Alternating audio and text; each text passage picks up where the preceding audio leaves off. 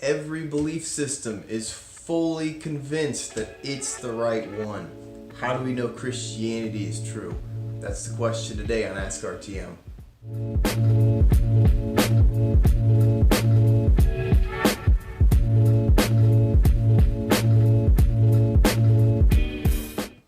So there once was a man named Frank, and Frank thought that he was dead.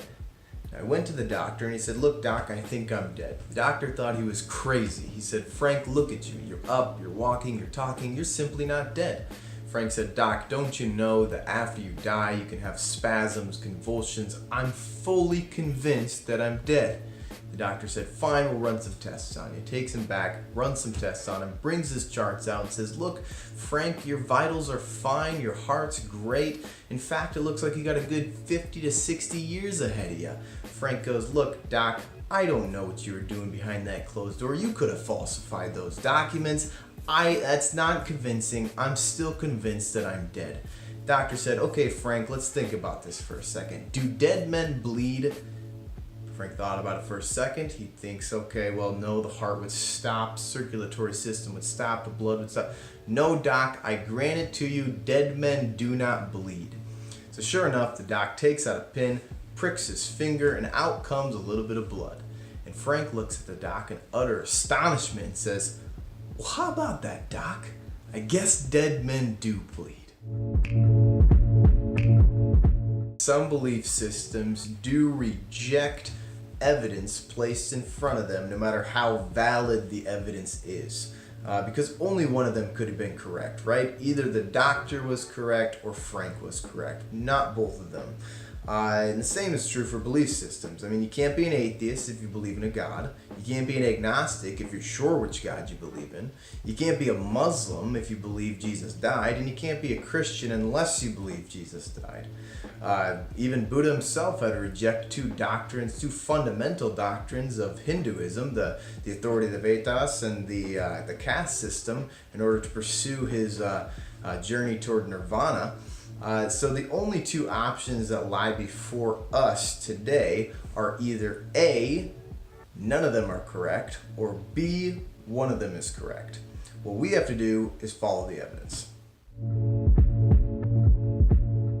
Now keep in mind, a 5-minute video is not going to do this question any justice, so I'm just going to quickly walk over some evidences, purposely leaving them open for you to ask specifically about the arguments so we can actually make videos in depth going over these arguments. But there are some good evidences, and the first one is the cosmological argument. And we've made a video about this. This is just the idea that God is the necessary first cause for the universe. The second argument is the teleological argument, and this is the argument from design, how everything in our universe looks as if it's extremely fine-tuned for our existence.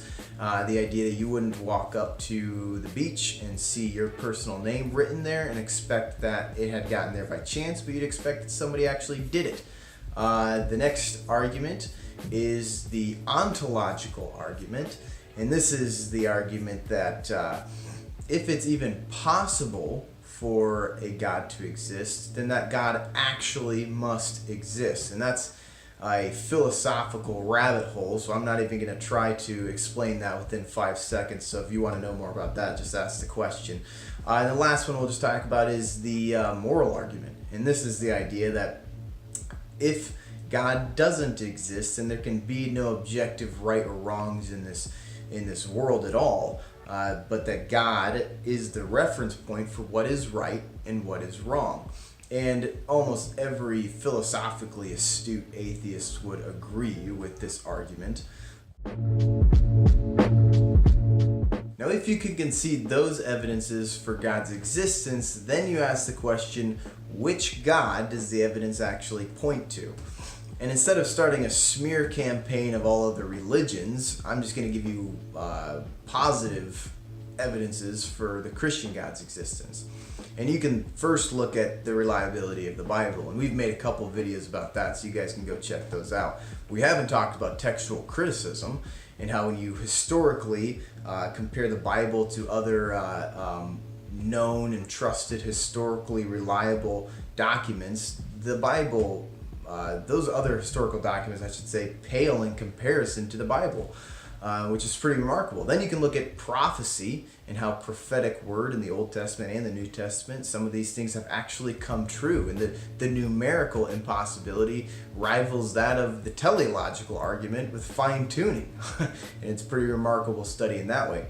But what the Christian faith hinges on is the resurrection, the evidence for the resurrection. And then there is really good evidence for the resurrection. In fact, the Apostle Paul says that if we Christians, if Jesus, I should say, has not risen from the dead, then we Christians are of all men most to be pitied.